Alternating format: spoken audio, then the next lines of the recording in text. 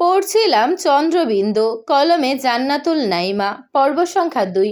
মিঠাইপুর গ্রামের প্রত্যেকে জানে চন্দ্র আর বিন্দুর কথা। তারা একে অপরকে ভালোবাসে, তারা একে অপরের বাগদত্তা। দুই পরিবারের সম্পর্কের ঘনিষ্ঠতার কথাও কারো অজানা নয়। তাই পথে চন্দ্র যখন বিন্দুকে স্পর্শ করলো, বিন্দুর হাতটা টেনে ধরলো, কেউ অবাক হলো না, আর না এসে প্রশ্ন করলো বা বাঁকা চোখে তাকালো। ভূঁইয়া পরিবারের বড় ছেলে চন্দ্রশেখর খুবই সম্মানিত ব্যক্তি। বিএ পাশ করেছে চন্দ্র।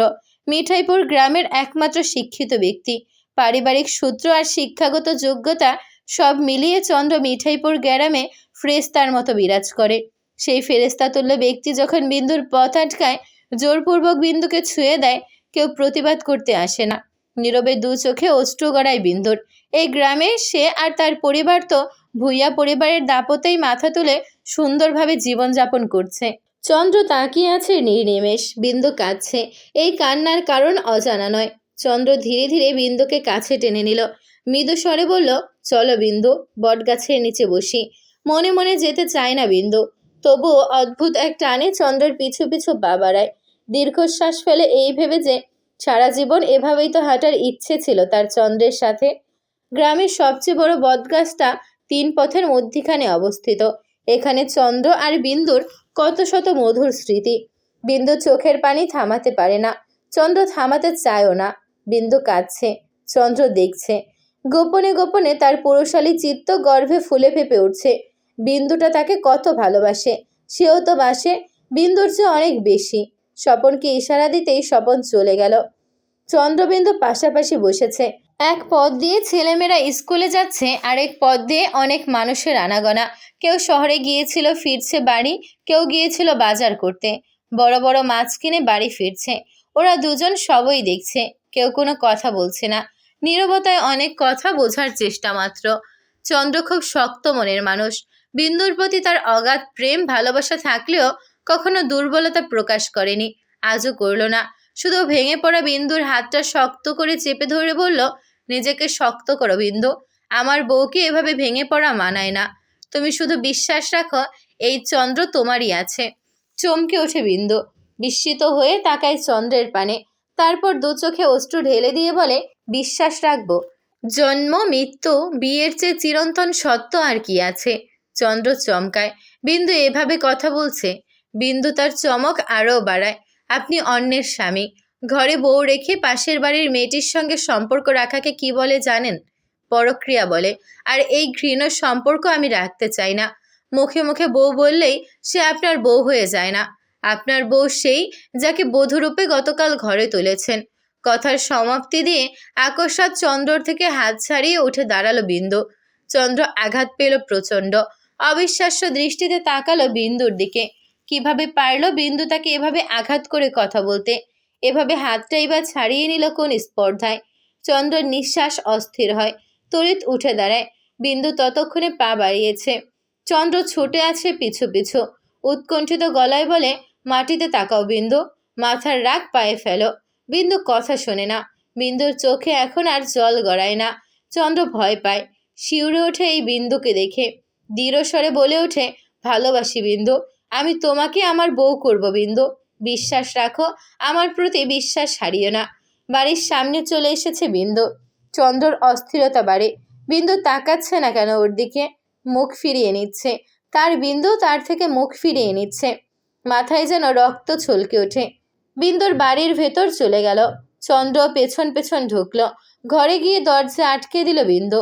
চন্দ্র দরজায় কড়া নাড়ল। বিন্দু, দরজা খোলো, আমি কিন্তু ভেঙে ফেলবো দরজা। কল্লোলে রান্নাঘর থেকে ছুটে এলো। তীব্র রাগ ক্ষোভ প্রকাশ করে বলল, ভাঙো চন্দ্র, ভাঙো। যেখানে আমার মেয়ের মন ভেঙেছ সেখানে এই দরজা আর বিশেষ কি? চন্দ্রর অকমে ঘুরে দাঁড়ায় কল্লোলের দিকে। ধীর কণ্ঠে বলে ওঠে, আমি বিন্দুকে ভালোবাসি কাকিমা, আমি ওর মন ভাঙিনি। ওর না বুঝে নিজের মন নিজেই ভাঙছে। না বুঝে, না বোঝার কি আছে? বিয়ে করে বউ তুমি ঘরে তোলনি? চন্দ্র থামে, নিশ্চুপ রয় কিছুক্ষণ। তারপর বলে, হ্যাঁ তুলেছি। এর মানে এই না বিন্দুকে আমি ভালোবাসি না বা ওর প্রতি আমার দায়ভার নেই। কল্লোলী খেপে যায়। আমার মেয়ের দায়ভার কেবল আমারই। তোমাকে সেসব নিয়ে ভাবতে হবে না।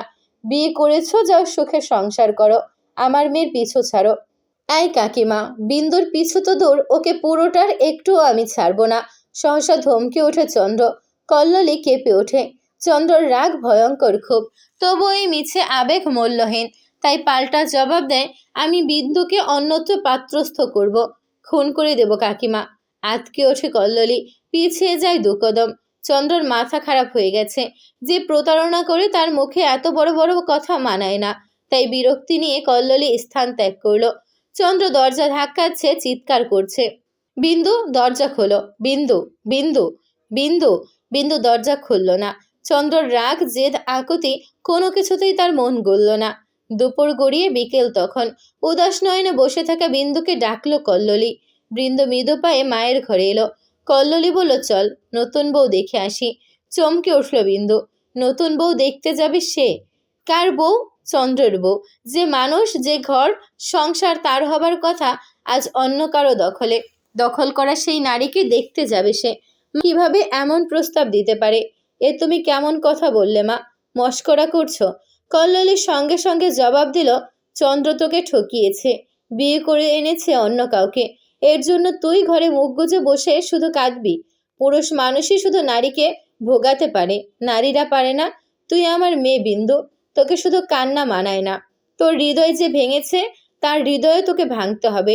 যদি চন্দ্র তোকে সত্যিকারে ভালোবেসে থাকে তবে ভাঙবে, যদি ভালোবাসা না থাকে তবে জ্বলবে। বিন্দু স্তব্ধ। মা কি বলছে এসব? কল্লোলী বলল, সব বুঝতে পারবি, শুধু কথা দে মা, এখন থেকে আমি যা বলবো তাই শুনবি। আমার আদেশ ছাড়া এক চুল পরিমাণও নড়বি না। বিন্দু নির্নিমেষ তাকিয়ে আছে। এই গোটা পৃথিবীতে একমাত্র ভরসার স্থল যে শুধুই মা। বুক চিরে দীর্ঘশ্বাস বেরোয় বিন্দুর। মায়ের কথা মতো চলে যায় ভুইয়া বাড়িতে। বিন্দুর কত সাহস! সে তার প্রেমিক পুরুষ, ভালোবাসার মানুষ বাগদত্তা চন্দ্রর বউ দেখতে যাচ্ছে। নিষ্ঠুর আসলে কে? চন্দ্র, বিন্দু নাকি কল্লোলী? বিন্দু নিজেকে আর নিজের ভাগ্যকেই নিষ্ঠুর বলল। চন্দ্র দাদিমায়ের সঙ্গে বসে গল্প করছে সাহেরা। হঠাৎ শুনতে পেল পাশের বাড়ির মেয়ে বউ তাকে দেখতে এসেছে। লজ্জা পায় সাহেরা, ঘোমটা টানে সুন্দর মতন। তারপর গুটি গুটি দাদির ঘর থেকে বেরোয়। উঠোনে দাঁড়িয়ে আছে বিন্দু। কল্লোলী চন্দ্রর মা চায়না বেগমের সঙ্গে কথা বলছে। চায়না বেগম ক্ষমা চাইল। কিভাবে কি হয়ে গেল বুঝতে পারছে না বলে হাহুতাশ প্রকাশ করলো। তারপর বলল, জন্ম মৃত্যু বিয়ে এসব তো আমাদের হাতে নেই। কল্লোলী তক্ষুনি বলল, হ্যাঁ ভাবি, আমিও সেটা ভেবেই মনকে শক্ত করে বিন্দুকে নিয়ে এলাম।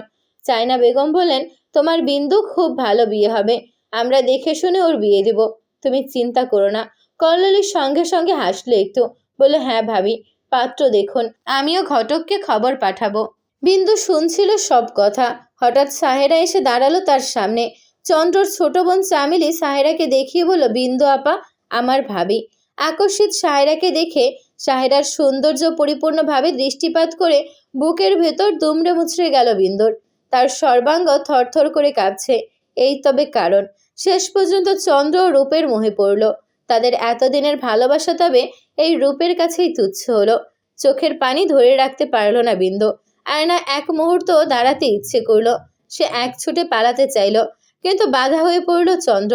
আকস্মিক বিন্দুকে দেখে চমকেছে চন্দ্র। যদিও এ বাড়িতে বিন্দুর আসা যাওয়া নতুন নয়, তবুও সাহেরা আসার পর বিন্দুর উপস্থিতি অবাক করেছে তাকে। আর এসে এভাবে বেরিয়ে যাচ্ছে কেন? কেউ কি বিন্দুকে কিছু বলেছে? মুহূর্তেই চোয়াল দৃঢ় হয় চন্দ্রের। বিন্দুর চোখ তুলে এক পলক তাকিয়ে দেখে চন্দ্রকে। টপ টপ করে জল গড়ায় গাল বেয়ে। চন্দ্র সে জল মোছাতে উদ্যত হতেই বিন্দু মুখ ফিরিয়ে নেয়। ভাঙা কণ্ঠে বলে, তোমার বউ খুব সুন্দরী চন্দ্র, দোয়া করি খুব সুখী হও। আর এক মুহূর্ত দাঁড়ায় না বিন্দু, এক ছুটে বেরিয়ে যায়।